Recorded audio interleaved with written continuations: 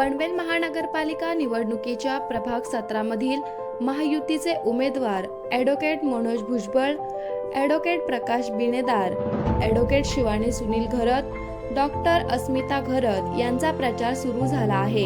कार्यकर्त्यांसह प्रत्यक्ष मतदारांपर्यंत उमेदवार पोहोचत असून आपण केलेल्या कार्याची माहिती ते देत आहेत। या अनुषंगाने जनतेचा मोठा प्रतिसाद मिळत असून ॲडव्होकेट प्रकाश बिनेदार यांनी सांगितले। छत्रपती शिवाजी महाराज की जय।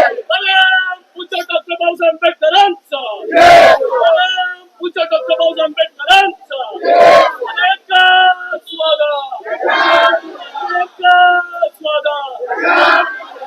ताईला सांगा, काकाला सांगा, काकीला सांगा, भाऊला सांगा, भाभीला सांगा, अनुबाईला सांगा, आईला सांगा, बाबाला सांगा, आजीला सांगा, आजोबा सांगा, आजीला सांगा, आजोबा सांगा, आईला सांगा, ताईला सांगा।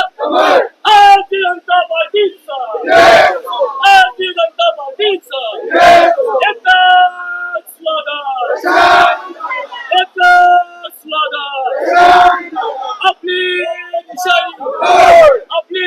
निशाणी क्रमांक 17 मध्ये भारतीय जनता पक्षाचे मी एकटाच नव्हे तर 4 उमेदवार आहेत। मी ॲडव्होकेट प्रकाश बिनेदार, ॲडव्होकेट मनोज भुजबळ साहेब, डॉक्टर अस्मिता जगदीश घरत आणि ॲडव्होकेट शिवानी सुनील घरत या आम्ही 4 उमेदवार प्रभाग क्रमांक 7 मध्ये भारतीय जनता पक्षाचे अधिकृत उमेदवार आहोत। आणि मागच्या वेळेला ज्या वेळेला 2017 मध्ये आम्ही भारतीय जनता पक्षाचे उमेदवार म्हणून निवडणूक लढवली त्यावेळेला आमच्या समोर असे बलाढ्य असे उमेदवार होते। ते बलाढ्य उमेदवार आज आमच्या सोबत आहेत याचा आम्हाला अभिमान आहे। भारतीय जनता पक्षाचे ते सक्षम असे कार्यकर्ते नेते आहेत। आणि आज जे उमेदवार विरोधी पक्षाचे आहेत ते जनतेला माहिती नाही, मतदारांना माहिती नाही आणि आम्हाला देखील परिपूर्णपणे त्यांची नावं माहिती नाही। याचा अर्थ असा आहे की ही निवडणूक भारतीय जनता पक्षासाठी आमच्यासाठी अत्यंत सोपी आहे आणि विरोधी पक्षाच्या सगळ्या उमेदवारांचं 4ही उमेदवारांकडून डिपॉझिट जप्त होईल अशी चर्चा जनतेमध्ये आणि मतदारांमध्ये चालू आहे आणि ती चर्चा आम्ही या ठिकाणी ऐकतो। आम्हाला वाटतं की त्यांचाही प्रचार असेल पण त्यांच्यासोबत 2 लोक 3 लोक असा मॉब जबरदस्त घेऊन ते फिरतायत, त्यांचं अभिनंदन।